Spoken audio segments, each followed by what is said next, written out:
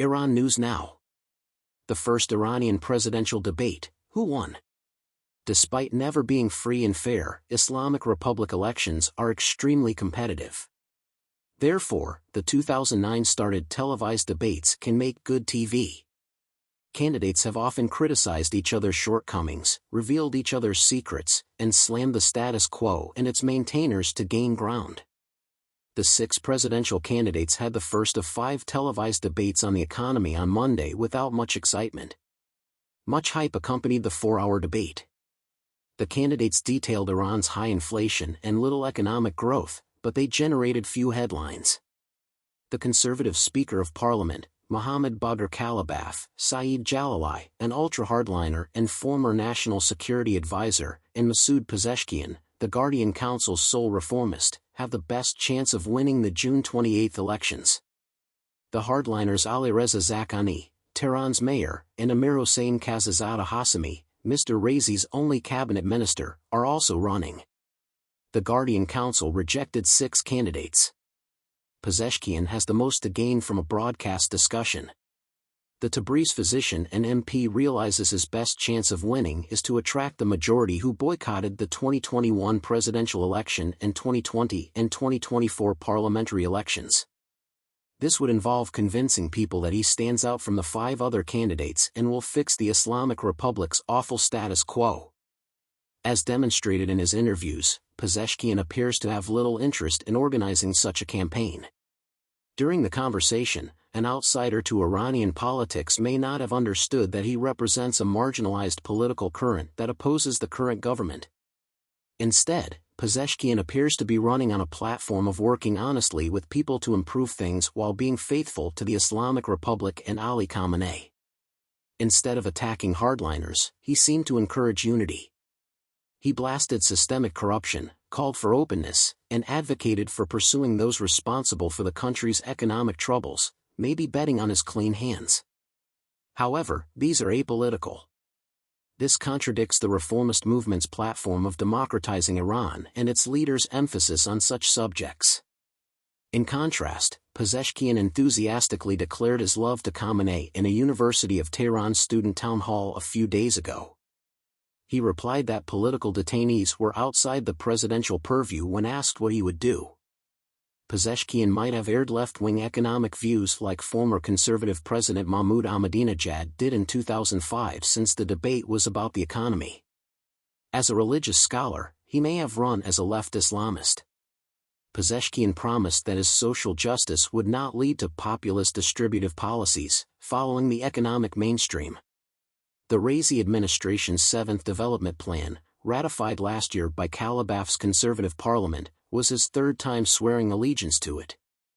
Pezeshkian supporters may appreciate his candor. He doesn't promise anything he can't deliver.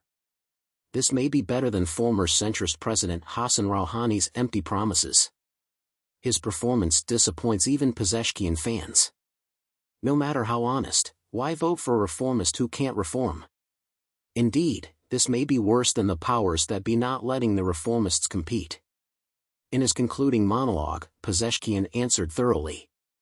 Pezeshkian read from a note with a shaking hand and several unpresidential stumbles, promising a government of honesty, active cooperation with the world, and lifting internet restrictions, which have hurt small businesses using Instagram.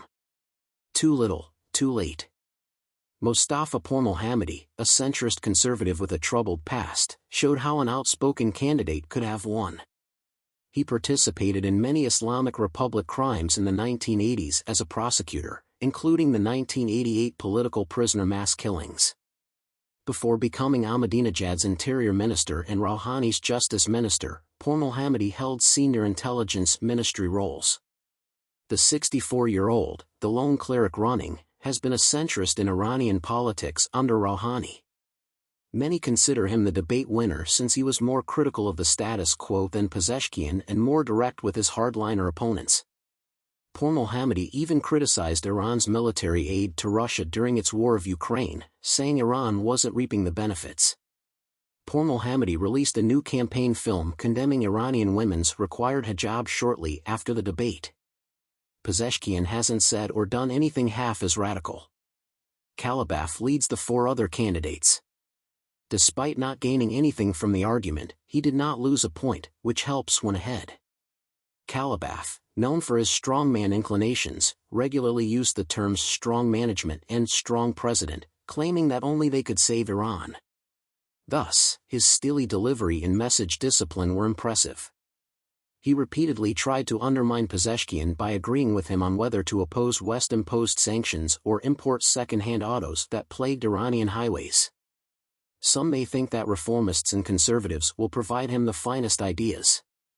Kalibaf boasted about his record as Tehran mayor from 2005 to 2017. He insisted on lifting the restrictions through diplomacy, unlike other conservative contenders. He pledged to continue privatization like most contenders. As the sole genuine hardliner candidate, Jalalai's performance was identical to his 2013 presidential attempt.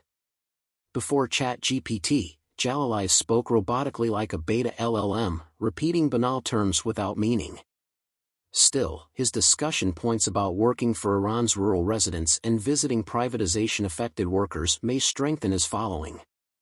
They are unlikely to increase his votes significantly. Two minor hardliners provided comic relief. Zaghani often tried to fight other contenders, but they disregarded him. He made an early mistake when he forgot what religious holiday Eid was. He brags about his recent trip to China and the deals he completed there during a debate on foreign direct investment. He seemed unaware that Iran was buying Chinese items on these occasions, not getting FDI. Those who know the Iranian economy's poor state due to sanctions and the Financial Action Task Force's blacklist scoff at his claim that they don't matter. Kazizada Hashemi looked resolved to protect the Raisi administration at all costs. He, Zaghani, and Jalalai also attacked Rouhani and blamed him for majority of the country's policies. This may please their supporters yet appear dishonest to many voters. The weak debate certainly didn't affect turnout or key candidate votes. As always with Iran, June 28's outcome is uncertain. However, Kalibaf appears to be in the lead, not because he won the discussion but because he avoided losing it.